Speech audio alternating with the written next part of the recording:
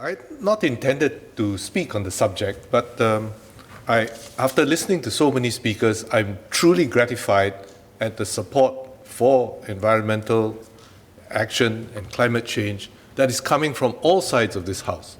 As the chairman of the IMCCC, I've never seen such overwhelming support in so many years, and I'm glad that it is so forthcoming. I'd like to make one clarification on carbon tax, because there seems to be a fundamental misunderstanding, even among normally well-informed members of this House, on carbon tax in Singapore. There's been a comment that the carbon tax in Singapore is very narrowly focused and only affects a few industries.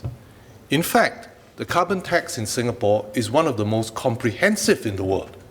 And if one looks at it, you can see that we have chosen to apply the carbon tax at key nodes of carbon emissions in Singapore, so that this tax will flow through evenly to the rest of the economy.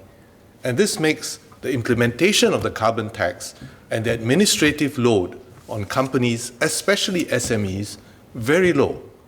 So by selecting these key nodes and applying the carbon tax there, for example, the power companies and the key emitters in industry, we have been able to cover 80% of emissions in Singapore.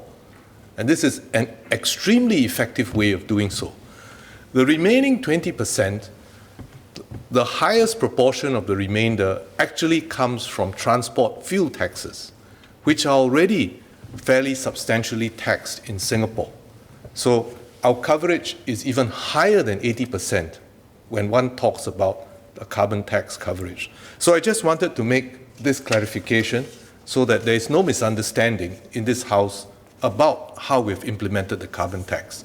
In fact, I'm very gratified that many members have made a very strong argument for a comprehensive and even carbon tax that is applied across the whole economy as a very effective way of implementing carbon emission controls.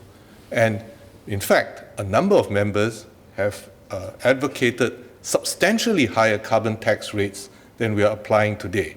And I hope that this will smoothen the passage of any such measures in this House when they're discussed in the future. Thank you very much, Mr. Speaker.